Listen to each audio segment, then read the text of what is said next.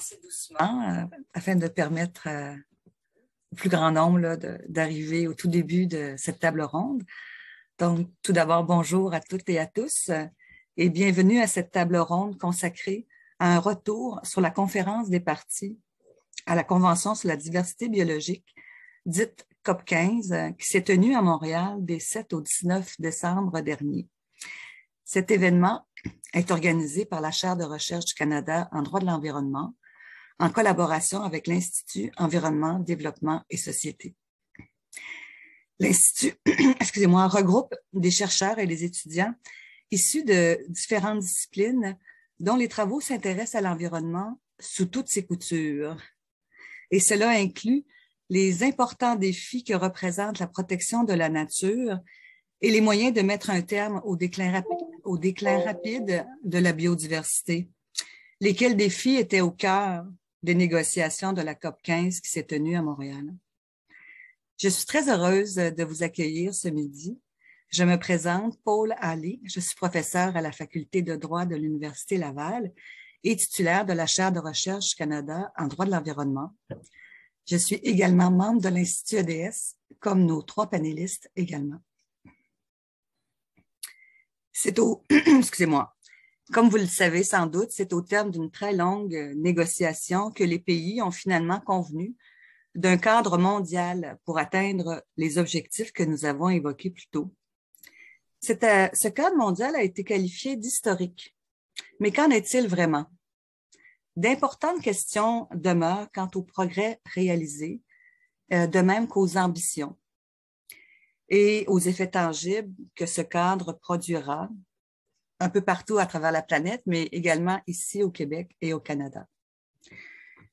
De nombreux scientifiques et chercheurs ont participé à la COP15, parmi eux des membres de l'Université Laval qui a délégué plus de 20 personnes à la COP15, et cela, c'est sans compter les membres de la communauté universitaire lavalloise qui ont été accrédités par d'autres organisations. Les 3 panélistes de notre table ronde sont issus de disciplines différentes, mais ils ont en commun d'avoir participé à la COP15 et d'avoir accepté de nous présenter leur expérience et leurs réflexions selon leur point de vue disciplinaire. Pour cette table ronde, nous avons prévu 2 tours de table avec de courtes présentations, c'est-à-dire de 10 à 15 minutes pour le premier tour, lequel premier tour a pour thème « Que retenir de la COP15 ?» Puis un second tour de table de 5 minutes par panéliste sous le thème « Quel gain pour la biodiversité au Québec et au Canada ?»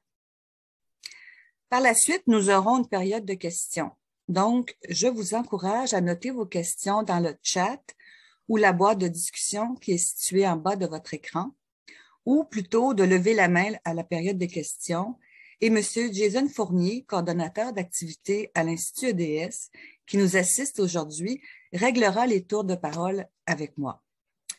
Avant de vous présenter nos panélistes, je vais céder la parole à Mme Karen Bouchard, qui est directrice adjointe de l'Institut EDS, qui souhaite aujourd'hui vous adresser quelques mots. À vous la parole, Karen. Merci beaucoup, Paul. Je serai très brève.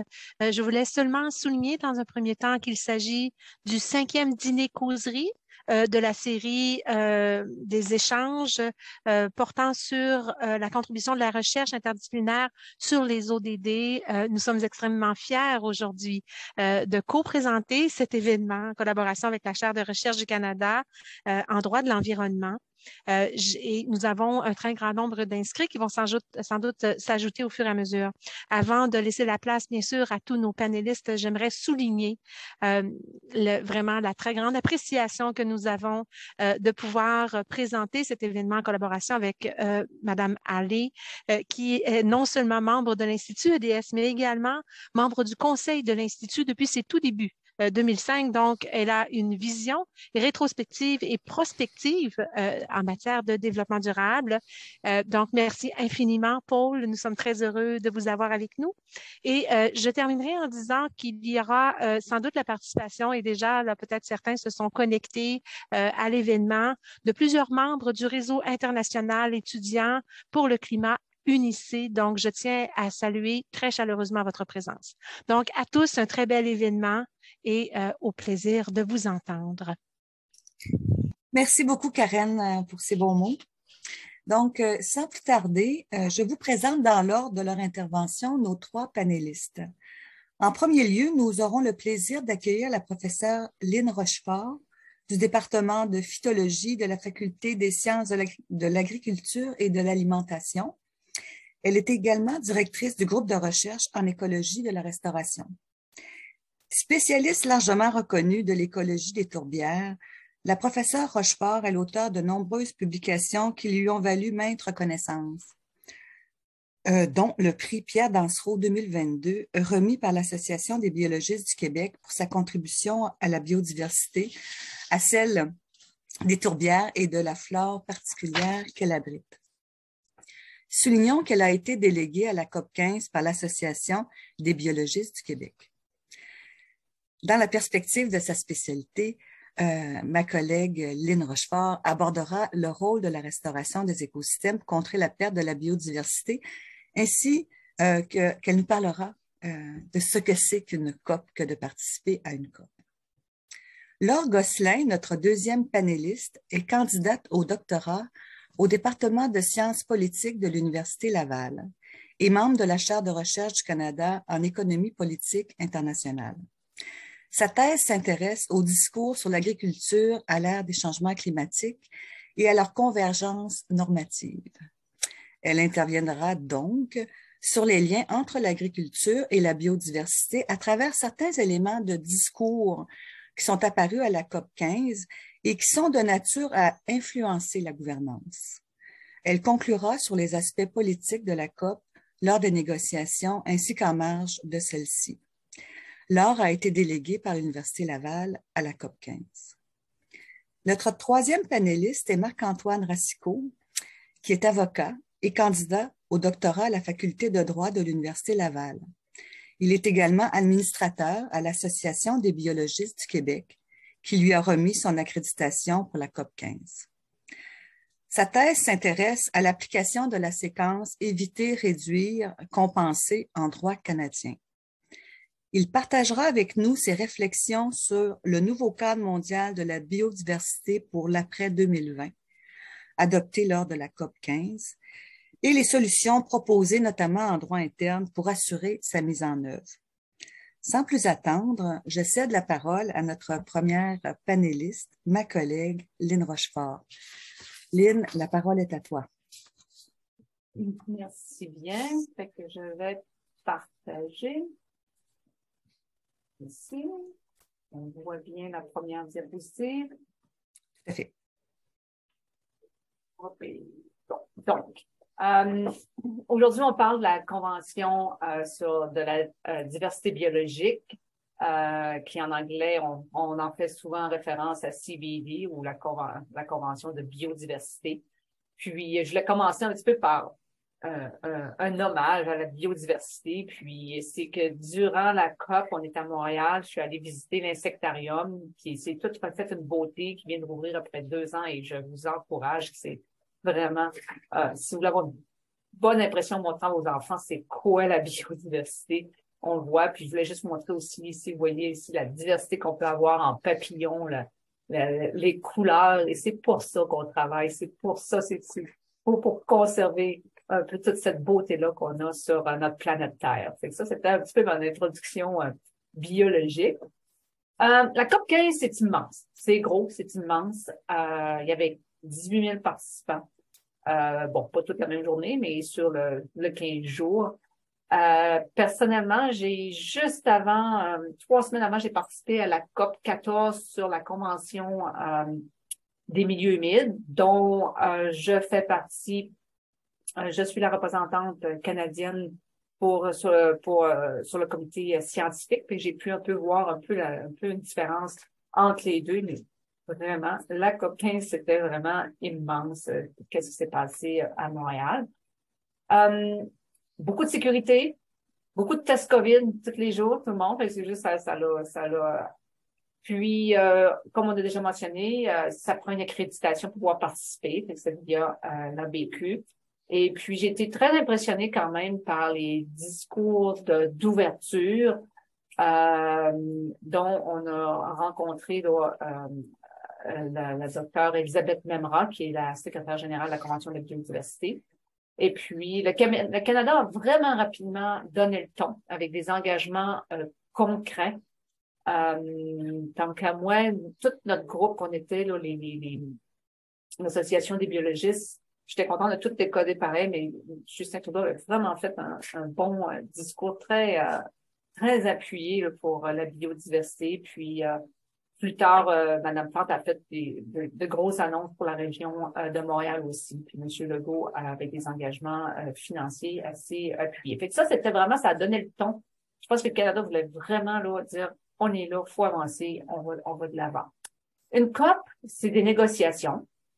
Mais c'est bien plus aussi. Fait qu'il y a le côté négociation. Je vous dirais qu'à la COP 14, je représentais officiellement le Canada. Je faisais partie des gens qui négociaient. Fait que j'étais pris beaucoup plus par le côté politique. Il fallait que je connaisse beaucoup plus mes dossiers.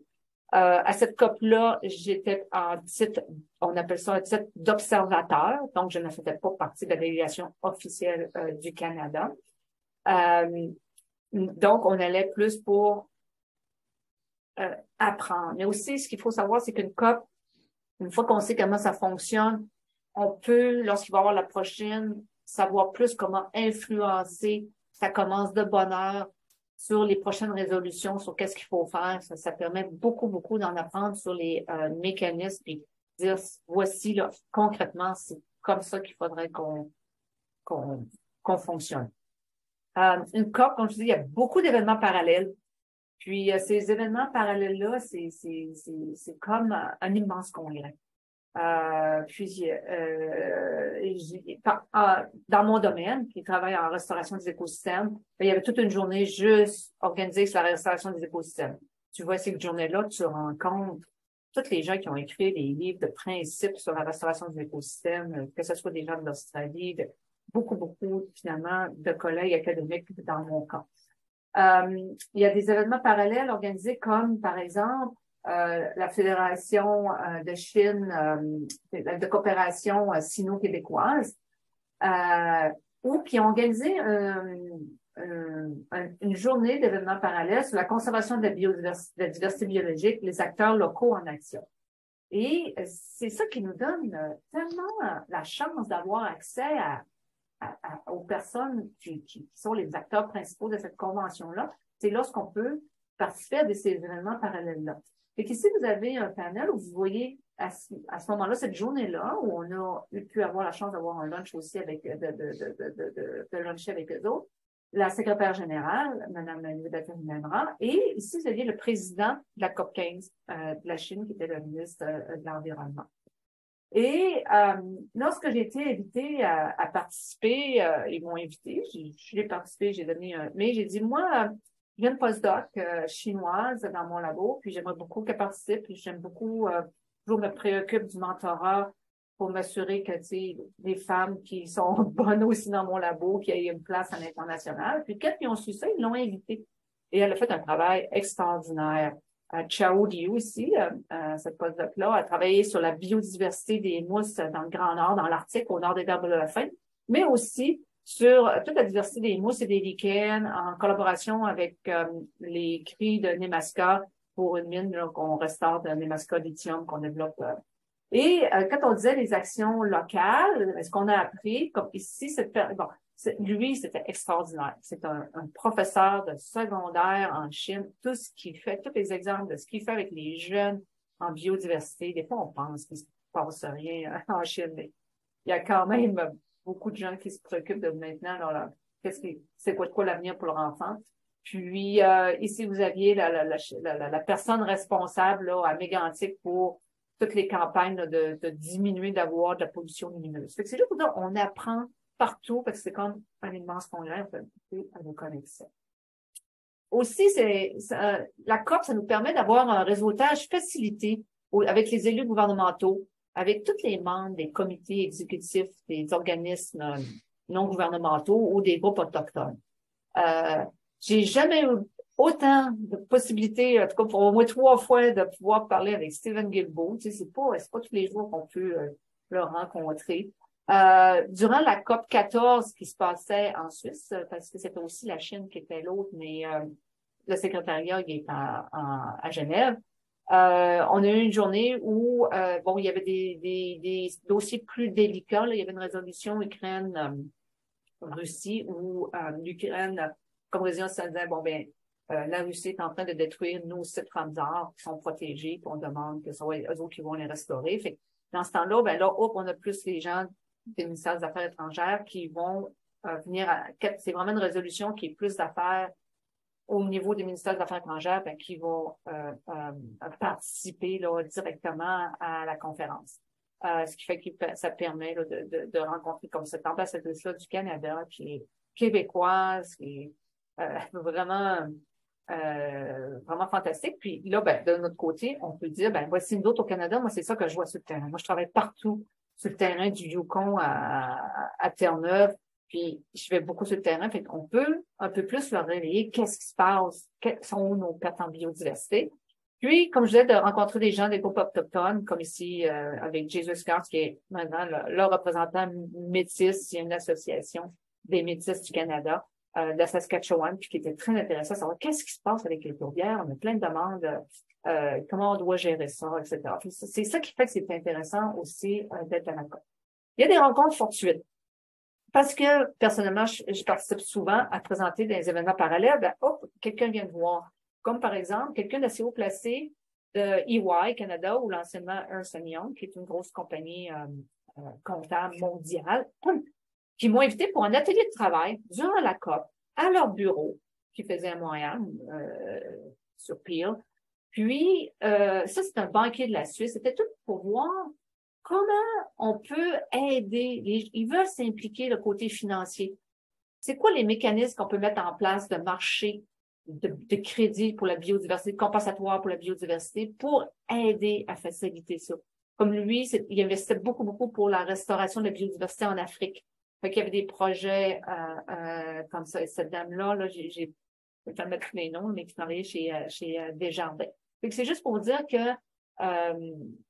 il y a le côté financier qui est là, qui s'intéresse, puis le message qu'on avait, ben, il faut qu'on soit plus proche des biologistes aussi. Il faut qu'on comprenne la réalité entre le côté financier puis les biologistes. Fait que ça, c'était un des aspects.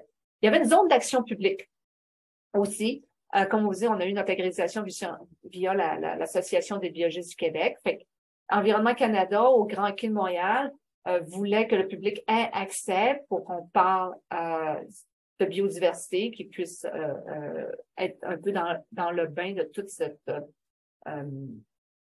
un peu là, ces événements-là, mais qui n'ont pas nécessairement d'accréditation. Ce qui fait que il y avait une zone d'action publique où nous autres, on a un peu parlé beaucoup de biodiversité. Puis il y a des gens aussi qui sont en art. Ça, c'est qui a fait ce montage-là en disant voici, ça, c'est la zone, si on va plus haut que 1,5, on va commencer à être plus désertique. Fait qu'il y avait des gens aussi, beaucoup d'expositions en art qui en lien avec la biodiversité. Bon, tout ça veut dire que, personnellement, moi, c'était beaucoup la cible 2 qui m'intéressait. J'ai pas vu encore sur le site d'Environnement Canada, ils disent que le côté, la traduction en français est à venir, mais déjà, tout de suite, la cible 2, c'est que par 2030, on devrait essayer au moins de restaurer 30% de tous nos lieux terrestres qui sont dégradés aussi au niveau côtier marin pour favoriser les fonctions, le retour des fonctions des écosystèmes puis de la biodiversité. Fait que c'est sur un peu cette cible-là de 30%. Peut-être que Marc-Antoine, tu pourras m'en donner un feedback, mais au début, c'est une des cibles qui a changé comme pour être encore plus contraignante, parce qu'au début, le libellé était à 20%. Et c'en est un qui, à travers les négociations, a monté vers le 30%. C'est sur ça. Après ça, après la COP 15, ben, il faut agir par rapport à la restauration. Puis, pour la recherche sur la restauration de la biodiversité, en cas des tourbières, je vous dirais que l'Université Laval, on était au rendez-vous. On était là, bien présents. Moi, j'ai toute une équipe qui a montré comment on est capable de restaurer la biodiversité des oiseaux, des insectes, des plantes vasculaires, des mousses, etc. Mais quand on fait ces genres d'événements-là, on fait aussi encore d'autres rencontres fortuites. Par exemple, durant on tenait notre kiosque, le directeur du biodôme est venu, puis eux aussi veulent s'impliquer. Puis le biodôme, ceux qui sont déjà allés, c'était, on va là, on voit les écosystèmes un après l'autre, les différents écosystèmes du Québec. Mais lui, il dit, ben moi, ça m'intéresse, les tourbières. Puis là, il dit, j'aimerais ça qu'on fasse une tourbière, mais qu'on voit toutes les étapes de restauration, puis montrer qu'on va avoir un impact sur la biodiversité. Et ça, c'est quelque chose qui était bien positif lorsqu'on a une COP qui se passe dans notre pays, puis qu'on peut rencontrer nos acteurs locaux. Je pense pas qu'on n'aurait jamais fait ce lien-là avant. J'ai présenté aussi, on présente comme ça au grand public. On a fait des présentations et vraiment plein de contacts. Encore là, ensuite, bon, les gens d'Hydro-Québec sont venus voir, on est intéressés, on voudrait plus restaurer. Fait que c'est genre. Fait que ce qu'on fait, moi, mon domaine, je vais vous montrer, ça, ce sont des tourbières qui étaient complètement dégradées, complètement c'était des déserts lunaires lorsque l'extraction de la tourbe a cessé, et c'est ce qu'on réussit à repartir. Ceux qui veulent en lire plus sur la restauration des milieux humides, il y a un article présentement. La restauration des milieux humides, c'est un casse-tête au Québec qui vient d'être publié dans le Québec Science. Et je suis vraiment d'accord beaucoup pour les milieux humides, mais pour les tourbières, on a un peu moins de problèmes parce que les tourbières sont tellement acides, on a moins de problème avec les plantes envahissantes, ce qui n'est pas le cas lorsque c'est vraiment un casse-tête un peu plus dans les milieux humides du sud du Québec à les restaurer. Lorsqu'on parle de résultats de la restauration, c'est juste que en 3-5 ans, on a des communautés typiques des tourbières qui reviennent. On a 82% de succès de transfert. Et puis, en moins de 15 ans, en plus, pour les tourbières, on est capable d'être positif à séquestrer du carbone et avoir un impact sur le refroidissement du climat. Et puis, je vais terminer avec ça ici. Un autre des cibles, qui est la cible 22, qui était de beaucoup plus impliquer la jeunesse dans nos décisions, les jeunes de 18-35 ans, ces professionnels-là, qui soient plus présents. Et ça, c'est quelque chose qui est vraiment mondial, parce que il y a une résolution qui a été votée, qui a été aussi votée positivement là, à la COP 14, qui était exactement sur le même sujet. Et il y a eu pour ça des actions concrètes faites par le Canada. Le ministre des Ressources naturelles du Canada, l'honorable Jonathan Wilkinson, a annoncé la formation du deuxième conseil des jeunes, un Youth Council. C'est lui, il l'avait déjà établi lorsqu'il était ministre de l'Environnement. Et là, il a fait l'annonce qu'il faisait la même chose. Fait que là, il y a à peu près 17 jeunes à travers tout le Canada. Ils se rencontrent une fois par mois, puis eux autres leur donnent des jeunes de la fonction publique qui travaillent entre 18 et 35 ans dans la fonction publique pour conseiller le ministre vers quoi on devrait s'en aller. Fait que c'est ça qui est quand même intéressant au Canada. On a un ministre des Ressources naturelles qui a été avant le ministre de l'Environnement, puis qui s'entend super bien avec présentement notre ministre de l'Environnement. Et je pense que ça peut faire une bonne combinaison là, pour atteindre nos objectifs. Puis, je veux juste vous dire ça, c'était des jeunes, c'est tellement beau de voir le discours. C'était des jeunes de cégep, puis ils veulent que ça bouge. Vraiment, puis qu'on fasse de quoi le plus diversité. Fait que je vous remercie pour ça, pour le moment, pour votre attention. Charline, je te remercie beaucoup pour cette présentation. On se retrouve au deuxième tour et je cède tout de suite la parole à Laure. Merci beaucoup, Paul. J'espère que vous voyez mon écran. Oui, donc sans plus tarder, déjà je tenais à remercier l'Institut EDS et Paul Allais de l'invitation. J'ai effectivement été accréditée par l'Institut EDS à la COP 15. Avant de commencer, je voulais juste rappeler qu'on est en territoire autochtone non cédé, à la croisée des territoires du Nyon-Wensio, du peuple Rwanda, du Nindakina, du peuple Obanaki, du Nitassinan, du peuple Innu, du Nitaskassinan, du peuple Atikamek et du Wolastoqiyik, du peuple Wolastoqiyik. Donc, sans plus tarder, je voulais en fait prendre l'occasion de vraiment parler un petit peu de mes impressions à la COP15 et de ce que j'ai observé. Donc, j'ai été observatrice. Donc, je suis venue vraiment en tant que chercheuse dans le cadre de ma thèse pour faire en fait une sorte de pré-terrain et prendre contact avec des organisations. Donc, j'ai pu accéder au site des négociations et à certaines, mais pas toutes, des négociations en plus petits groupes qui, au début de la COP, étaient ouvertes et qui très rapidement se sont fermées au fur et à mesure que les sujets devenaient de plus en plus politiques et complexes. Et donc, ce que je vous propose, en fait, aujourd'hui, c'est de peut-être regarder un petit peu le côté politique de cette COP-là, pas seulement au niveau des négociations interétatiques, mais aussi toute l'effervescence qu'on voit autour.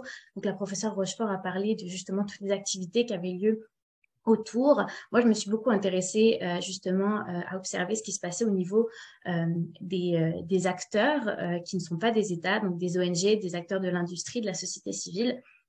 Et je me suis aussi beaucoup intéressée, pas seulement à la biodiversité, parce qu'on ne parle pas seulement de biodiversité dans une conférence internationale maintenant. C'est un phénomène très général qu'on retrouve un peu partout dans toutes les différentes COP. On ne parle plus seulement d'un seul enjeu, mais on parle de plus en plus des liens complexes qui existent entre biodiversité et climat, biodiversité et santé. Et moi, ce qui m'intéresse particulièrement, c'était biodiversité et agriculture. Donc, je vais principalement vous partager mes observations sur ce point-là. Donc, pourquoi s'intéresser d'abord à l'agriculture quand on va observer des négociations sur la biodiversité? Tout d'abord parce qu'il y a un très fort consensus scientifique sur les liens entre biodiversité et agriculture. Donc, on sait que c'est l'utilisation des terres qui a entraîné une très forte diminution de la biodiversité mondiale dans les dernières années. Ça, c'est le groupe d'experts sur le climat qui nous le dit. Mais le pendant, c'est aussi qu'on sait que pour continuer à protéger de la biodiversité, on a besoin de repenser la manière dont fonctionne le système agricole et particulièrement les systèmes agricoles d'élevage intensif ou les systèmes agricoles basés sur une agriculture intensive. Et ça, c'est le groupe d'experts sur la biodiversité qui l'a dit dans son rapport qui date de 2019, je crois. Donc, l'agriculture, c'est pas un nouveau sujet dans la COP biodiversité. Déjà, en 2010, il y avait eu le même type de réunion internationale qui avait décidé des objectifs d'Aichi.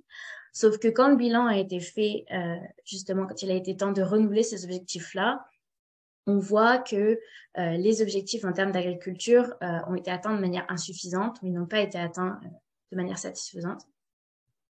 Et le grand enjeu, en fait, 2022 du cadre mondial sur la biodiversité, c'était vraiment d'essayer d'inverser la tendance, de donner une nouvelle impulsion et de débloquer des financements pour mettre en œuvre des pratiques agricoles plus durables. Et donc là, ce que vous voyez, c'est un exemple en fait de ce que le groupe d'experts sur la biodiversité, l'IPBES, conseille en termes de pratiques agricoles plus respectueuses de la biodiversité et plus durables. Donc, ce que je vous propose, c'est en fait vous partager 3 observations que j'ai faites lorsque j'étais à la COP sur la manière dont les négociateurs, mais aussi les organisations internationales et les observateurs ont adressé les liens entre biodiversité et agriculture. Donc, je vous propose de réfléchir un petit peu au fond, mais aussi de réfléchir à la forme et à tout ce qui s'est passé politiquement en dehors de cette COP-là, en marge, dans les événements parallèles et dans la rue aussi. Donc, la première chose, c'est que moi, je m'intéresse à l'agriculture et quand on regarde en fait ce que les chercheurs nous disent en matière d'agriculture et biodiversité, il y a un certain consensus scientifique qui émerge sur le fait que l'agroécologie serait une des solutions à favoriser pour développer une agriculture durable. Donc, les scientifiques sont relativement d'accord là-dessus et c'est supporté aussi par une large coalition d'acteurs. On parle d'organisations internationales puisqu'aujourd'hui même l'organisation pour l'agriculture et l'alimentation reprend ce terme d'agroécologie, cherche à le soutenir. On a aussi beaucoup d'ONG qui militent très fortement. Et enfin, on a des organisations paysannes qui supportent l'agroécologie. Et donc, pour un peu expliquer ce que c'est brièvement, c'est un paradigme alimentaire et agricole alternatif qui s'oppose principalement à l'agriculture intensive, qui vise à reconstruire les relations entre l'agriculture et l'environnement, entre les systèmes alimentaires et la société. Vous en avez peut-être entendu déjà parler, c'est basé notamment sur le remplacement des intrants chimiques par des matières organiques, le fait d'essayer d'avoir une approche vraiment écosystémique de l'agriculture, donc penser aux écosystèmes quand on pense à l'agriculture. Et il y a notamment dans ces approches-là un fort souci de la justice sociale et des injustices et des inégalités qui peuvent exister justement dans les systèmes alimentaires mondiaux aujourd'hui. Donc la grande question qui m'intéressait, c'était l'agroécologie. On a l'air d'avoir un consensus scientifique sur la question. Qu'est-ce qui se passe au niveau politique, au niveau de la COP? Je vous amène à porter votre attention sur la cible numéro 10. Donc, la cible numéro 10, c'est parmi les 23 cibles du cadre mondial sur la biodiversité. C'est celle qui traite principalement de l'agriculture. Et ce que je trouve intéressant quand on observe une COP, c'est pas seulement de regarder le résultat final, donc le texte, mais surtout son évolution. Quand on négocie un texte comme celui du cadre mondial, on met entre crochets toutes les formulations qui ne font pas consensus et sur lesquelles il y a débat. Donc, je vous ai mis en haut la cible 10 telle qu'elle était quelques temps avant le début de la COP 15. Donc, on voit qu'il y a énormément de choses qui sont entre crochets, des paragraphes entiers qui vont devoir être négociés très fermement parce qu'il y a des pays qui ne sont absolument pas d'accord sur comment parler de l'agriculture. Et en bas, vous avez le texte qui a été adopté une fois qu'on a réussi à avoir un consensus entre tous les pays. Ce que je trouve important de mentionner, je ne vais pas vous lire tous ces textes-là, ce n'est pas le but, mais c'est surtout que les tenants de l'agroécologie voient l'agroécologie comme un moyen en fait de repenser complètement nos rapports entre nos pratiques agricoles et la biodiversité. Donc pour eux, ça doit être l'assise de tout ce qu'on fait en agriculture. Ce qu'on voit ici, en fait, c'est que le terme agroécologie est mentionné à côté de son contraire en réalité, puisqu'on voit dans la formulation en bas qu'on parle de pratiques respectueuses de la biodiversité telles que l'intensification durable, l'agroécologie et d'autres approches innovantes. Donc pour les tenants de l'agroécologie, le terme intensification durable est très très chargé. C'est un terme qui fait référence à une agriculture intensive mais avec des pratiques plus vertes et les tenants de l'agroécologie sont absolument pas convaincus que ça peut être une solution. Donc c'est pour ça que c'est le texte, si vous comparez avec la version d'avant, particulièrement le dernier paragraphe, on avait vraiment quelque chose de très ambitieux.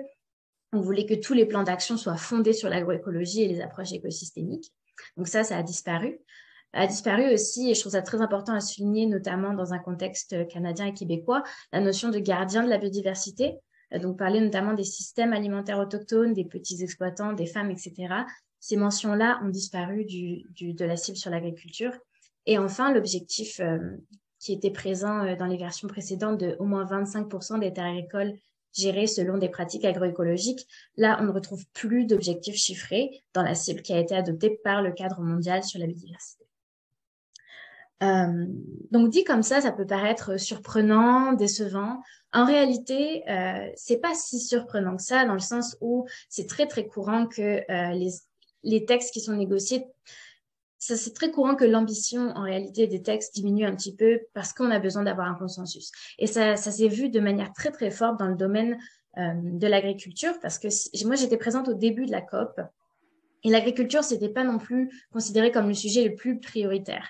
Il fallait absolument que ça soit réglé rapidement. Il y avait le temps pour un seul groupe de travail, donc une seule réunion en plus petit groupe entre un plus petit groupe d'États qui allait discuter de ces questions-là. Et j'ai pu voir en fait que par exemple le Mexique a dit nous on va porter la question de l'agroécologie, on veut vraiment que ça soit là et on veut supprimer la mention d'intensification durable. Ce à quoi le Brésil a répondu non, hors de question, nous il faut que ça soit là. Donc il y avait vraiment des pays qui disaient nous c'est une ligne rouge, on ne peut pas continuer si et en fait, il a fallu trouver une solution et pour les États, dire à leur ministre, en fait, pour les négociateurs, revenir voir leur ministre de l'Environnement et dire bon, bah, c'est sur la question de l'agriculture qu'on va bloquer les négociations parce qu'on n'arrive pas à s'entendre. Politiquement, c'est pas faisable. Donc, pour le consensus, en fait, ces textes-là ont été grandement simplifiés. Donc ça, c'est le premier aspect. Et c'est aussi le fait pourquoi c'est très intéressant d'assister à une COP en présence parce qu'on voit vraiment ces petits enjeux se jouer. On voit notamment une personne qui a organisé les négociations qui a dit directement à un délégué « Est-ce que vous êtes sûr que vous voulez ramener ça à votre ministre ?» Donc, on voit comment ça se passe. La deuxième observation que je veux partager avec vous, c'est au niveau du discours et des termes qu'on utilise. On voit de plus en plus parler de biodiversity offsetting, de solutions fondées sur la nature, d'agriculture régénératrice ou du terme nature positive. Je trouve ça intéressant de se poser la question des termes parce que les termes qu'on utilise, surtout s'ils réussissent à rentrer dans le cadre mondial sur la biodiversité, ils vont vraiment avoir une importance fondamentale parce que les organisations internationales qui vont financer les projets en agriculture vont les financer selon souvent des critères qui vont être adoptés dans les COP et dans les textes internationaux. Donc, le terme qu'on va retenir va aussi influencer le financement, va influencer les pratiques qui vont être adoptées. Donc, c'est pas du tout neutre. Et ce qui est intéressant, c'est qu'on voit des termes comme solutions fondées sur la nature qui sont de plus en plus utilisés. Il y a eu un gros débat sur ce thème-là et je vais rapidement revenir sur celui-là en particulier. C'est que très souvent, ça se traduit par des projets justement de compensation carbone et de crédit carbone. Donc, c'est-à-dire qu'on va essayer par des pratiques agricoles de capturer le carbone dans les sols et d'obtenir des crédits carbone qui vont ensuite pouvoir être échangés sur des marchés internationaux. A priori, quelque chose de tout à fait positif pour le climat. L'enjeu, c'est que ce sont des termes qui sont extrêmement peu définis. Il n'y a pas de définitions qui sont incluses dans ces textes internationaux, donc ça reste très, très vague. On peut penser qu'une solution basée par la nature, ça peut être la meilleure solution possible, mais ça peut aussi être, comme beaucoup d'organisations d'ONG s'inquiètent, ça peut être des solutions qui vont être principalement mises en place par des grandes corporations d'agribusiness qui vont avoir des pratiques agricoles extrêmement néfastes pour la biodiversité. Donc, ces termes-là sont extrêmement contentieux. In fine, dans le cadre mondial pour la biodiversité, on a une fois la mention d'agroécologie, on a 2 fois la mention de solutions fondées sur la nature, dans la cible 8 et la cible 11. Et on voit aussi que le terme nature positive, lui, n'a pas réussi à être intégré dans le cadre mondial pour la biodiversité.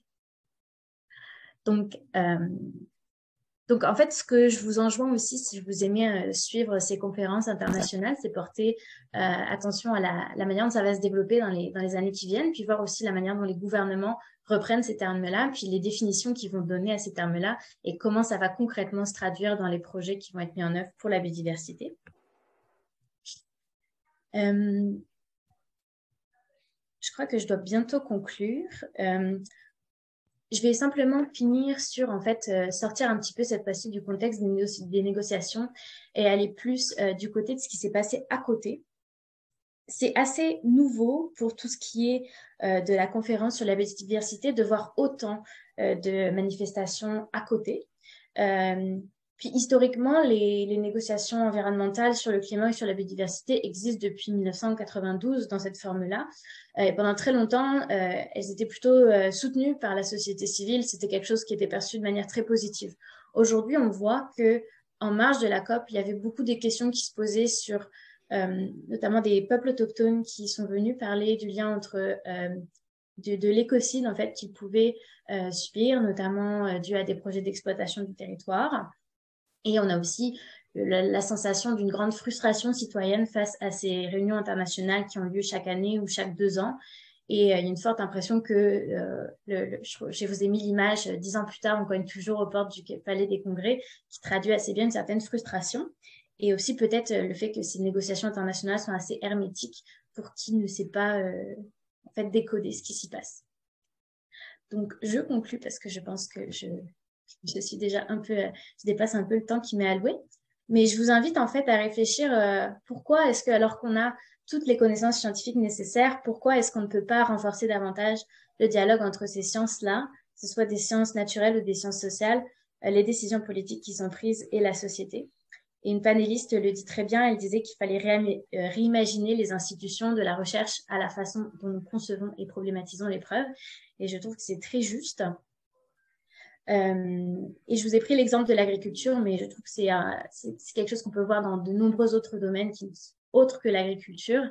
Et donc, je pense aussi que cette COP est l'occasion aussi de se poser la question de qu'est-ce qu'on fait une fois qu'on a justement ces décisions qui sont prises au niveau international. C'est quoi, comment on met en œuvre la suite et comment on peut s'assurer justement que ce soit les bons choix qui soient faits. Donc voilà, merci beaucoup. Et merci beaucoup, Laure, pour cette présentation et vos réflexions très intéressantes.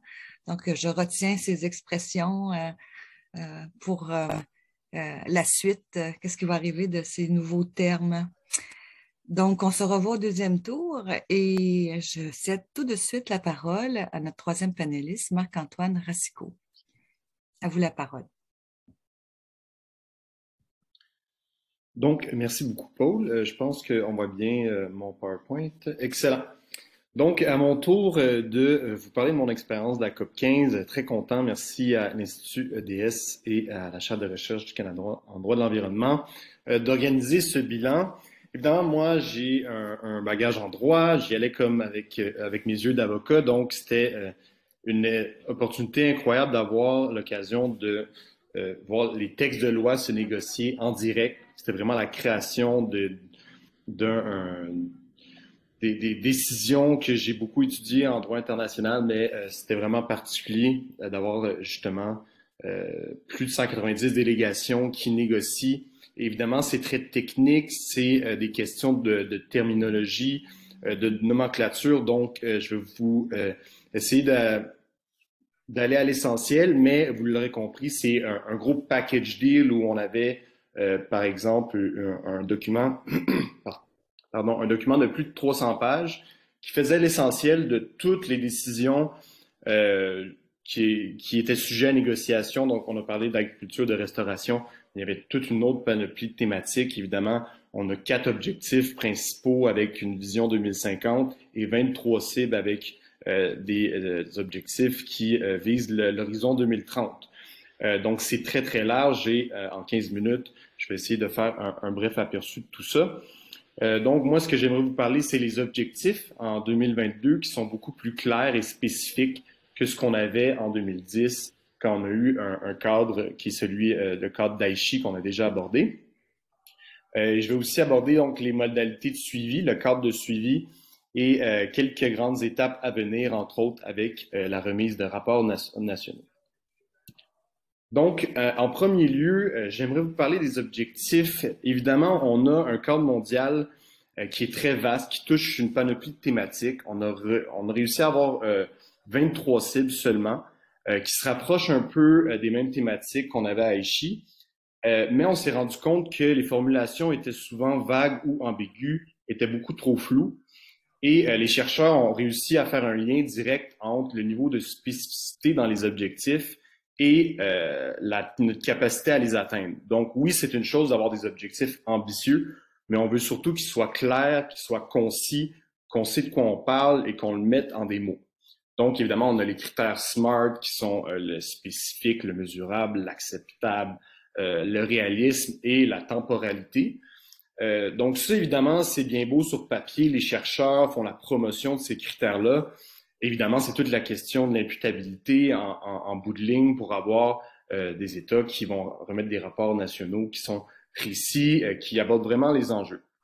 Mais on le comprendra quand on a plus de 190 États qui négocient sur des termes qui sont sensibles, comme celui de l'agriculture, comme celui des pesticides.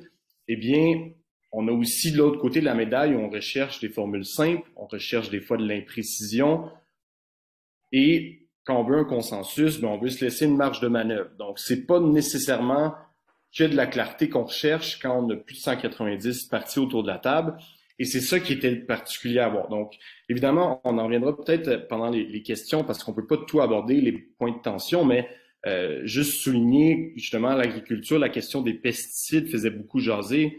Mais encore une fois, on avait des concepts un peu polémiques comme la terre-mère, comme les solutions fondées sur la nature. Donc tout ça, évidemment, ça faisait beaucoup jaser. Et dans un contexte où on avait seulement 2 semaines pour négocier sur ces points-là, on comprendra que des fois, il fallait couper les coins ronds et aller directement au but. Donc, on a enlevé certains aspects spécifiques pour avoir plus d'imprécision et donc que les États parties puissent avoir plus de marge de manœuvre dans un contexte où on respecte encore évidemment les souverainetés nationales et on est beaucoup attaché à notre capacité aussi à atteindre ces objectifs-là.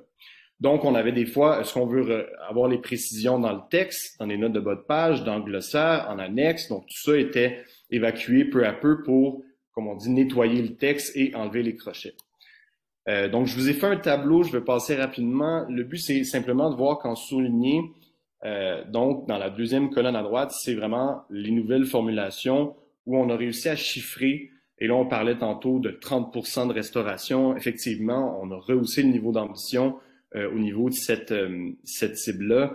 Donc, on avait, par exemple, la cible 14 d'Aichi qui visait à, d'ici 2020, restaurer et sauvegarder, sans être plus spécifique, alors que maintenant, ben, on parle d'au moins 30% de surfaces qui font l'objet de restauration effective. Je parle de surface et de superficie, on y reviendra. Aussi, un autre bon exemple, au niveau de la cible 8 d'Aichi, on parlait de pollution, tout simplement. Alors que dans la cible 7, avec le cadre mondial, on a réussi à nommer la pollution par les pesticides et on a réussi à nommer la pollution par le plastique. Des termes qu'on ne retrouvait pas en 2010 à Aichi. Donc ça, c'est un net progrès. On peut s'en réjouir. Évidemment, on le voit, la pollution par les pesticides fait l'objet d'un objectif chiffré où on parle de réduire de moitié les risques et non l'utilisation. Ça aussi, ça a été un sujet discuté. Même chose pour le plastique.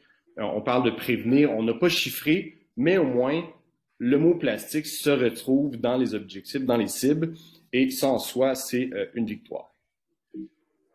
Donc, ensuite, au niveau du cadre de suivi. Donc, c'est bien une belle chose d'avoir des objectifs ambitieux, chiffrés, qui respectent certains critères SMART, mais il faut aussi faire le suivi. Donc, on avait aussi un point à l'agenda, le point 9B, où on a une décision de 26 pages qui explique les modalités de suivi. C'est-à-dire que dans les rapports nationaux qui vont être déposés par les États, on a certains indicateurs. Ce qu'il faut savoir, c'est que d'abord, en 2010, on n'avait pas d'indicateurs ni obligatoires ni facultatifs, donc on avait beaucoup de disparités dans les données qu'on retrouvait dans les rapports nationaux. Maintenant, et c'est beaucoup plus cadré, c'est beaucoup plus prévu justement dans le cadre de suivi, c'est-à-dire qu'on a des indicateurs forts qui, eux, sont obligatoires et qui doivent se retrouver dans les rapports nationaux. On a ensuite des indicateurs dichotomiques qui, eux, sont assez larges et on va avoir simplement une indication oui ou non. Par exemple, le juriste en moi est très heureux de vous lire l'indicateur dichotomique suivant. Le nombre de pays disposant d'une constitution ou d'une législation nationale reconnaissant et mettant en œuvre et surveillant le droit à un environnement sain. Donc, grosso modo, ce qu'on va avoir, c'est le rapport national qui dit est-ce que ce pays protège avec ses lois le droit à un environnement sain, oui ou non, et on va pouvoir comptabiliser sur le total de 190 rapports nationaux sur cet indicateur précis-là. Donc, on comprend que c'est plus facile de faire des statistiques, faire une mise en cohérence de tout le rapportage. Ensuite, on a des indicateurs facultatifs, dits de composantes ou complémentaires. Évidemment, le but, on l'aura compris, c'est d'avoir plus de facilité à faire un bilan mondial pour voir le progrès mondial en lien avec l'évolution des cibles. Dans les décisions, on a un petit astérix qui s'ajoute pour certains indicateurs pour lesquels on n'a pas de méthodologie associée. Et là, je vous ai fait encore un bref tableau avec quelques exemples où ici, la 4e ligne, on parle encore de restauration. L'indicateur fort, donc obligatoire à trouver dans le rapport national, c'est celui d'air faisant l'objet de restauration. Donc, on parle d'air, on parle essentiellement de superficie, non de fonction ou de service écosystémique, ni de biodiversité, mais il y a un astérix. Donc, la méthodologie n'est pas encore déterminée et c'est selon les capacités de chaque État qu'on va être en mesure de voir c'est quoi les indicateurs, les données qui sont fournies. J'ai mis en rectangle rouge les indicateurs en lien avec l'objectif A, qui est celui de la grande thématique de conservation, où on a 4 indicateurs forts, on a 9 indicateurs de composantes et on a 55 indicateurs complémentaires. Donc, on comprend que plus on va dans le facultatif, plus il y a de possibilités, plus il y a d'indicateurs qui existent. Au total, on a 30 indicateurs forts pour les 4 objectifs et les 23 cibles. Certains avec un astérix ou non. Mais je trouve ça intéressant parce que là, au moins, on a une décision de la COP où on retrouve toutes ces données-là. Et encore là, je fais référence ici à l'objectif A où on a l'indice de connectivité des aires protégées, l'indice d'intégrité des écosystèmes pour lesquels on a une méthodologie, mais qui est facultative parce qu'évidemment, les pays développés ont beaucoup plus de données et de statistiques sur ces aspects-là que les pays en voie de développement. Je dis, cette façon de séparer-là est encore très présente dans les négociations. Donc, évidemment, on a beaucoup plus de subtilité puis de nuances, mais on a, entre autres, le Brésil qui, lui, était un des leaders des pays en voie de développement et s'assurer, par exemple, que l'indice de planète vivante n'était pas un indicateur obligatoire, mais s'est retrouvé dans les indicateurs de composantes pour l'objectif A. Donc, au niveau de la planification, les prochaines dates à retenir, donc, on a les outils de mise en œuvre, qui sont les stratégies nationales de l'article 6 de la Convention, et les rapports nationaux, qui sont surtout des outils de suivi, qui sont les articles en lien avec l'article 26 de la Convention. Désolé, en étant juriste, j'ai pas le choix de citer un peu d'articles, mais essentiellement, c'est de voir que les échéances à venir, on s'est entendu pour dire que ça va être en 2026 et en 2029. Si je prends l'exemple des rapports nationaux, on est rendu à la 6e version. Et pour cette 6e version-là, on n'a pas fixé de date spécifique. On s'en est tenu à la bonne volonté des États qui attendaient justement que le cadre mondial soit négocié, qu'il soit adopté et qu'on comprenne le contenu avant d'actualiser nos rapports nationaux et déposer notre 6e rapport national. Encore là, ça a été un sujet de débat parce que certains États disaient, nous, on veut les avoir 2 à 3 mois avant la COP 16, qui va se tenir en Turquie à fin de l'année 2024.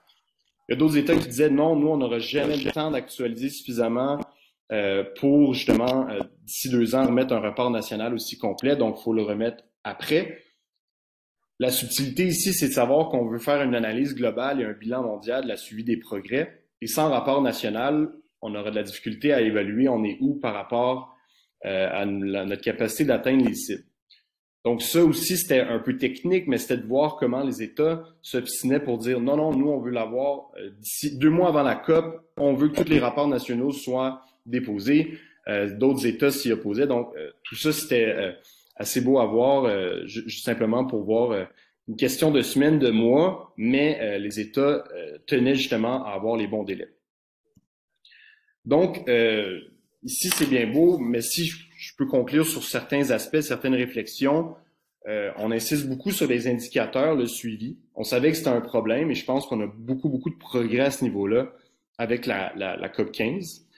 Le risque ici, c'est d'avoir beaucoup plus de données, beaucoup plus d'indicateurs, mais si on ne transforme pas ces données-là en actions, en mesures concrètes, on va avoir tout simplement plus de données pour constater les échecs d'atteindre les cibles et les objectifs. Donc, moi, je me réjouis évidemment d'avoir plus de données, mais c'est pas que ça. Et évidemment, on aura l'occasion d'en reparler au deuxième tour de table quand on parle plus de mesures concrètes au Québec, au Canada. Qu'est-ce qu'on fait?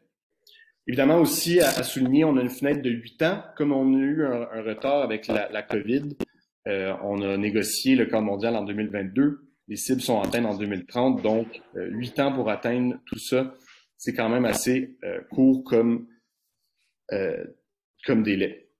Finalement, un autre point de tension qui a été discuté, c'était l'énumération de listes, d'une liste de secteurs à intégrer. On parle beaucoup de mainstreaming. La cible 14 parle justement d'intégration. Et on avait les États, certains États qui voulaient nommer. Donc, quels seront les secteurs ciblés? Et là, je vous ai mis la liste. Au final, dans la cible 14, on a retiré cette liste-là pour dire simplement on vise le mainstreaming, mais sans nécessairement spécifier quels secteurs sont concernés par ça.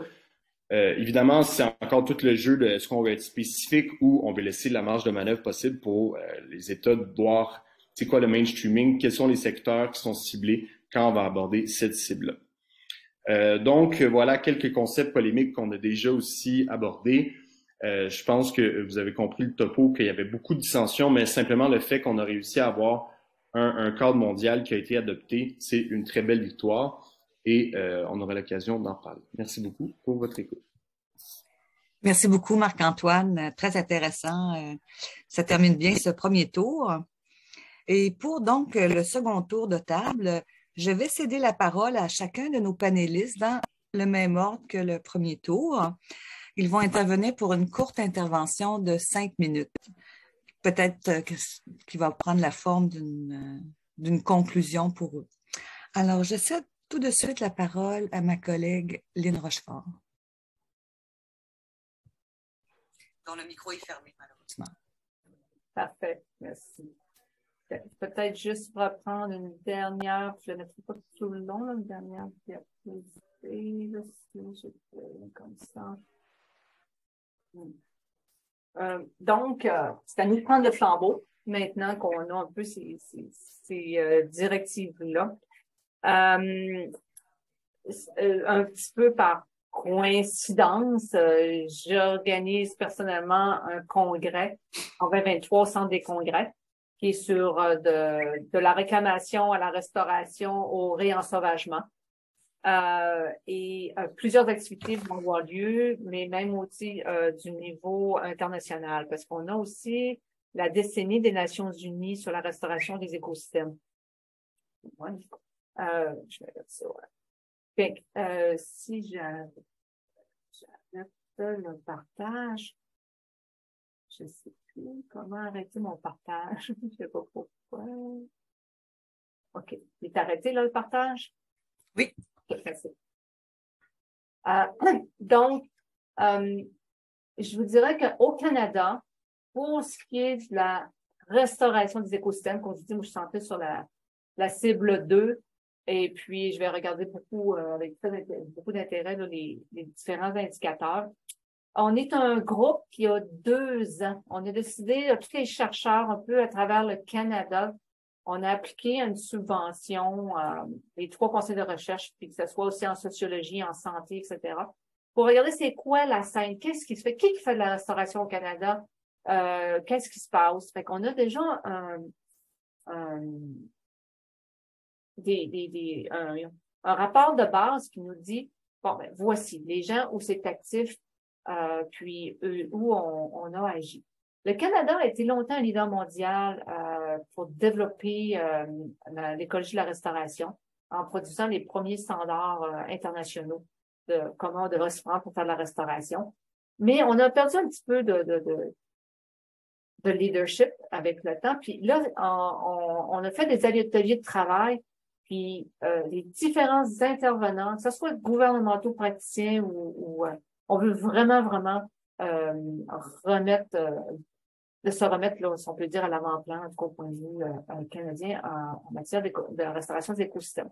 Donc, c'est pour ça qu'on organise un forum, un événement international durant le congrès où on veut voir c'est quoi qu'on peut faire, où ça bloque pour faire avancer l'agenda canadien à restaurer les écosystèmes pour la biodiversité. Fait que ça, ce sont des actions qu'on va entreprendre. Puis, entre autres, présentement, je fais beaucoup personnellement une demande de partenariat pour trouver du financement pour faire venir des jeunes et pour faire venir aussi plus des gens des nations autochtones. Fait que ça, c'est un peu là certaines des approches qu'on prend. J'étais beaucoup d'accord avec Laure, elle a mentionné un peu, on manque pas de connaissances pour agir. Puis moi, je suis un peu d'accord avec ça. Oui, tu sais, bon, si je prends mon domaine, OK? Moi, je pense que j'ai trouvé des solutions pour savoir comment restaurer des tourbières, mais dominées par les sphinx, les tourbières un peu plus acides. J'ai encore de la recherche à faire pour ce qu'on appelle les phénes, les tourbières plus plantes graminoïdes, d'autres types de phénes qui sont très importantes, surtout dans les prairies. Mais ça ne nous empêche pas qu'on peut agir présentement. Puis des fois, les gens, souvent, ça c'est revenu souvent travailler avec les Nations Unies, disaient, ah, mais c'est parce qu'on manque de politique, on manque de réglementation puis de lois qui nous disent qu'il faut agir. Parce que pour ce qui est des milieux humides, moi, je vous dirais qu'à travers le Canada, on en a plusieurs, parce que les terrains sont, la gestion des terres se fait au niveau des provinces. Puis c'est pas là que le bas blesse. Le bas blesse, c'est plus, il y a beaucoup de contraintes. On veut restaurer, mais bon, il y a la loi de la protection du territoire agricole. On arrive, on n'est pas capable de rien bouger sur les territoires. On a du travail à faire comme à l'interne. Moi, je trouve que les lois, les connaissances, les lois sont là, mais on a aussi une bureaucratie qui est assez lourde. Puis je pense que c'est un peu là que c'est sorti certaines de nos contraintes à pouvoir agir à restaurer plus en biodiversité. Fait que c'est de voir comment on peut travailler. Puis je pense que il y a des paliers de gouvernement qui en sont conscients, mais il faut décloisonner entre autres, comme le ministère de l'Agriculture, puis le ministère de l'Environnement, puis les ressources naturelles. Il va falloir qu'il y ait un petit peu plus de travail entre ces différents ministères. C'est là que je vois que ça va nous permettre à nous autres au Canada d'avancer plus en restauration de la biodiversité. Merci. Merci, Lynn. Donc, je prends bonne note, hein, oui, hein, que le fait que les lois soient très sectorielles, ça empêche souvent d'agir de manière agile. Puis, je retiens aussi le mot réensauvagement, que je trouve très intéressant. Puis, souvent, nous aurons l'occasion d'en reparler. Je te remercie beaucoup. Donc, je vais céder maintenant la parole à Laure pour ce second tour. Merci beaucoup, Lynn. Oui, ben je peux pas m'empêcher d'être absolument d'accord avec les propos de la professeure Rochefort sur le besoin de mise en cohérence des lois, et je rajouterais même des mises en cohérence des priorités, parce que si on fait un peu le bilan de cette COP, on a des signes très encourageants sur la biodiversité. On a, je crois, une nouvelle loi canadienne, une promesse d'une nouvelle loi canadienne pour inscrire l'objectif de 30% justement dans la loi d'ici 2030, ce qui déjà serait énorme justement pour concrètement mettre des choses en œuvre. Il y a aussi des nouvelles aires protégées qui ont été annoncées. Mais en même temps, on a aussi parallèlement des projets de développer des exploitations minières pour justement des minéraux rares au Canada et au Québec. Donc, je trouve que ça pose aussi la question de comment on harmonise des priorités aussi importantes que parfois le climat et la biodiversité. Et c'est pas parce qu'on parle d'environnement que nécessairement ça va dans la même direction. Donc, il y a vraiment, je trouve, des choix de mise en cohérence et des choix de société aussi qui vont devoir être faits. Ce que je voudrais aussi revenir un petit peu, c'est sur je trouvais que la présentation de Marc-Antoine Racicot sur la mise en œuvre était très pertinente. Et après la mise en œuvre aussi le financement, parce que l'enjeu, le Canada a fait une promesse de 1,6 milliard d'investissements pour la biodiversité. Dont 1 milliard pour financer des projets de solutions fondées sur la nature dans les pays en développement. Donc, j'espère que ce sera des bonnes solutions fondées sur la nature, d'une part. Et d'autre part, on estime à peu près qu'il faudrait 700 milliards globalement par an pour mettre en œuvre la Convention sur la biodiversité et ce cadre mondial. Donc, il y a vraiment ce qu'on appelle un finance gap, donc une marche énorme à franchir du point de vue du financement et de la mobilisation du financement. Donc ça va être quelque chose que les États vont devoir réfléchir. Et puis, c'est aussi la question de peut-être aussi mobiliser d'autres acteurs que les États pour justement réussir à financer tous ces projets-là. Je voulais aussi revenir sur justement les engagements potentiels que pourraient prendre à la fois le Canada et le Québec sur ces enjeux-là. On a beaucoup entendu parler pendant la COP de la rivière Magpie, donc la rivière dans le territoire de la Côte-Nord, dans le territoire Innu, où il y a les communautés autochtones et les organisations écologistes voudraient voir un projet d'aire protégée voir le jour. Et à date, Hydro-Québec voudrait conserver les droits d'exploitation d'hydroélectricité sur la rivière. Donc ça aussi, c'est un autre exemple de problèmes extrêmement concrets où on doit mettre dans la balance à la fois la protection de la biodiversité et un projet d'énergie renouvelable. Donc, c'est des arbitrages qui sont absolument pas nouveaux, mais qu'on a entendu parler pendant la COP 15. Il y a celui-là, il y a aussi la question de la protection du caribou, par exemple, en Gaspésie, au Québec. Et je pense que je vais terminer aussi en parlant on parle de 30% d'aires protégées. Donc, évidemment, c'est une très bonne nouvelle parce qu'il y a eu pendant un certain temps une hésitation sur ce que ça allait être 20% ou 30%. L'enjeu, ça va être où sont les 30% protégés? Parce qu'on voit qu'il y a une tendance historiquement à protéger des zones qui sont loin des habitations, donc qui sont peut-être des fois moins menacées. Donc, l'enjeu, est-ce qu'on va protéger les aires qui sont les plus faciles à protéger ou est-ce qu'on protège les aires qui sont les plus menacées? Donc, ça, c'est un premier enjeu. Puis la deuxième question, on protège 30%, mais qu'est-ce qu'on fait des 70% restants? Et quelle approche on a pour protéger la biodiversité dans ces espaces-là? Ce que je trouve encourageant, par contre, c'est qu'on voit vraiment aussi une mobilisation des villes. On a eu pendant la COP 15 ce qu'on a appelé l'appel de Montréal ou l'engagement de Montréal. Donc, c'est une initiative portée par la mairesse Valérie Plante, mais qu'il y a beaucoup de villes au Québec qui ont déjà rejoint. Je crois qu'on compte 47 villes autour du monde qui sont engagées pour mettre en œuvre cet appel-là. Et je trouve ça intéressant parce que ça va beaucoup plus loin que le texte du cadre mondial, justement. Ça reste, évidemment, ça reste volontaire, mais en tout cas, on sent beaucoup d'envie de bien faire et d'aller en fait plus loin pour protéger la biodiversité. Donc, j'ai hâte de voir ce qui va être mis en place par les villes, justement, et par différents paliers de gouvernement. Merci. Merci beaucoup, Laure, pour ces mots de conclusion. Alors, je cède la parole maintenant à Marc-Antoine Racicot pour le mot de la fin. Oui, tout à fait. Ben, merci. Je pense que c'est ça aussi qui est à souligner, c'est justement la part de la société civile, des gouvernements infranationaux, où en étant dans la COP, on a vu à quel point tout ça, c'est comme ça, c'est consolidé. Il y a eu énormément d'actions, autant dans l'enceinte du Palais des Congrès, mais aussi à l'extérieur.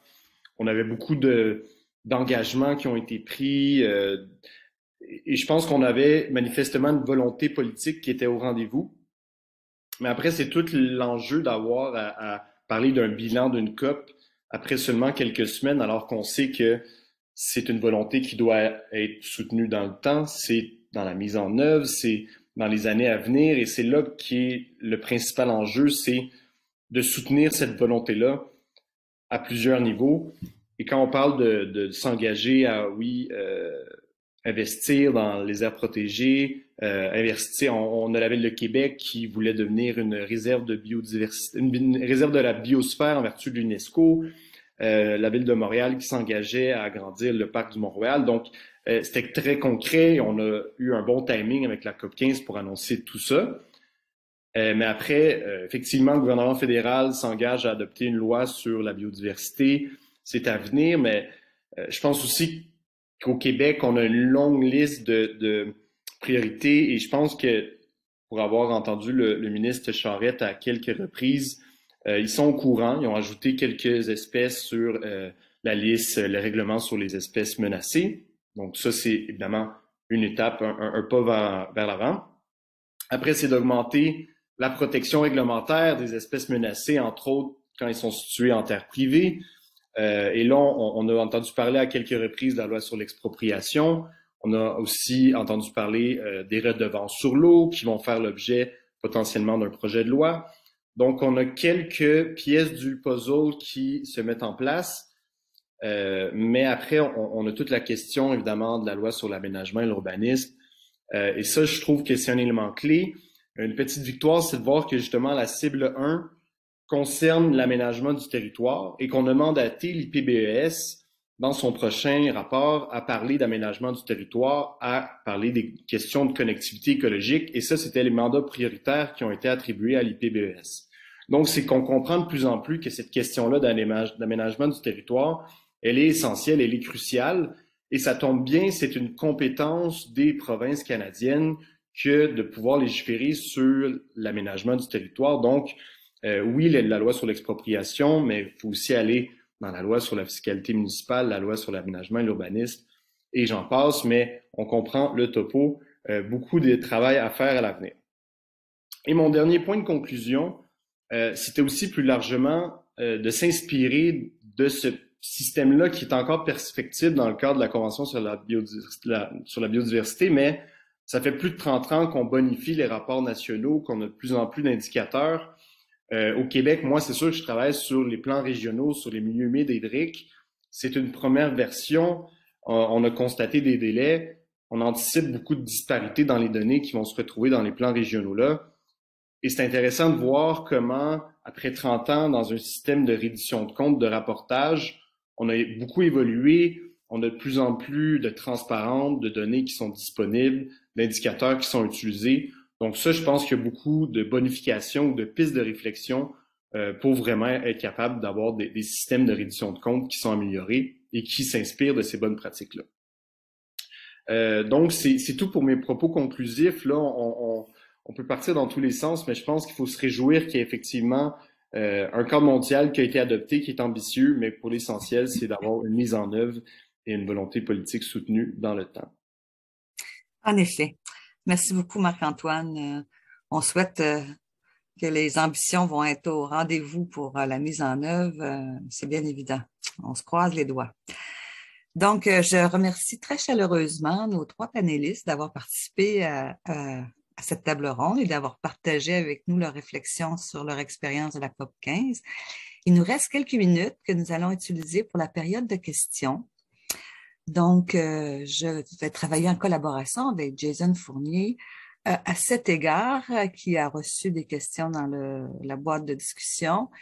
Et sinon, bien, on vous propose d'utiliser la main comme instrument pour réagir. Donc, et M. Fournier vous donnera la parole. Oui, exactement. Donc, vous pouvez utiliser le moyen que vous souhaitez pour poser vos questions. Je vous rappelle qu'il y a la possibilité avec Zoom de lever la main. On pourrait vous donner la parole. Si vous pouvez aussi ouvrir votre caméra, faire des signes, ou si vous souhaitez, vous pouvez aussi poser votre question là, directement sur le chat. On a eu tout à l'heure une question de Ketia Bolong concernant le congrès dont parlait Lynn Rochefort. Donc, vous allez pouvoir aller dans le chat, dans l'outil de discussion. En fait, c'est un anglicisme chat. Donc, l'outil de discussion en bas de votre écran, vous avez les informations là, pour l'événement RE3, qui était l'événement dont parlait Mme Rochefort. Donc voilà, c'est le temps des questions. Qui aimerait casser la glace? Oui, Ketia Bolong, vous pouvez ouvrir votre micro, on vous écoute. Bonjour à tous, je suis Ketia Bolong, je suis jeune, je suis de la RDC. J'ai aussi eu le privilège d'assister à la COP 15 en tant que déléguée de GIBEN, un réseau de jeunes, Global Youth University Network, c'est un réseau de jeunes. Et nous avions eu l'occasion d'être envoyés à la COP afin de participer à ces négociations. C'est fut pour nous une première expérience et je crois bien que ce ne sera pas la dernière. Et ma question se porte autour, en fait, je vais me référer à l'objectif, les ODD, le dernier ODD, il y en a 17 qui parle de la coopération, enfin du partenariat, afin de lutter contre les différents défis environnementaux.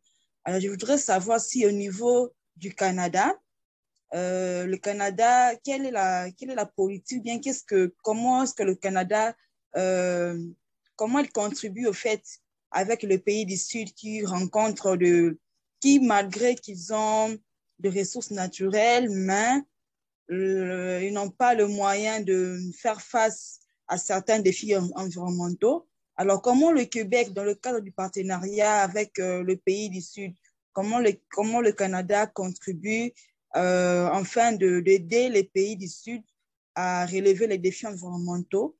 Donc, voilà un peu sur quoi je voudrais un peu avoir un éclaircissement par rapport à ça. Donc, la contribution du Canada envers les pays du Sud pour relever leurs défis environnementaux. Voilà un peu.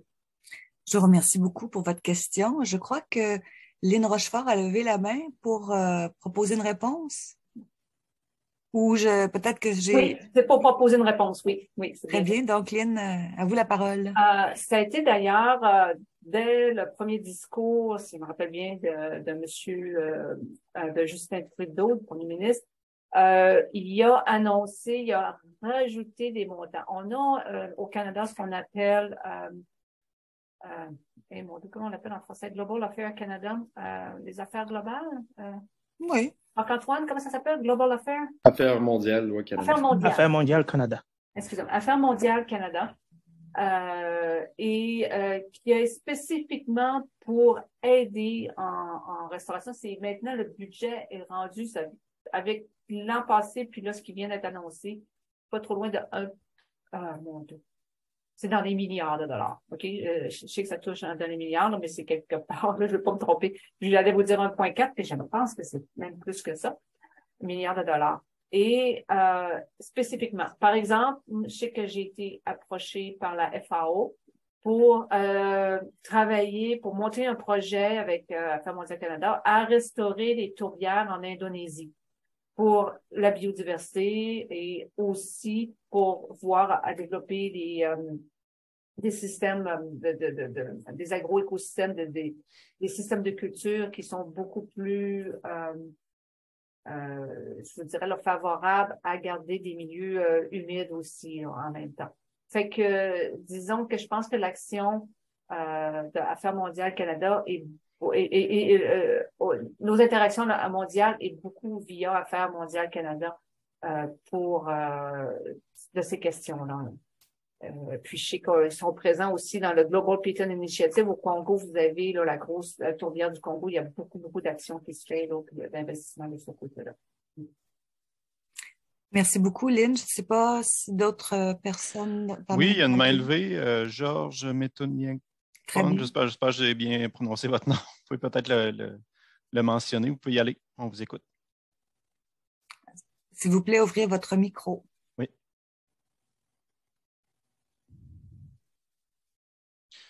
Attendez un petit peu. Je vais essayer. Vous pouvez ouvrir votre micro, peut-être?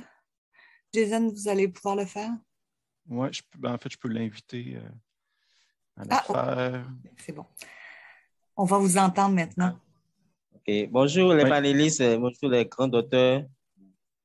Je vous remercie beaucoup pour ce table ronde que vous organisez à l'endroit aussi des étudiants qui aimeraient comprendre sur la biodiversité.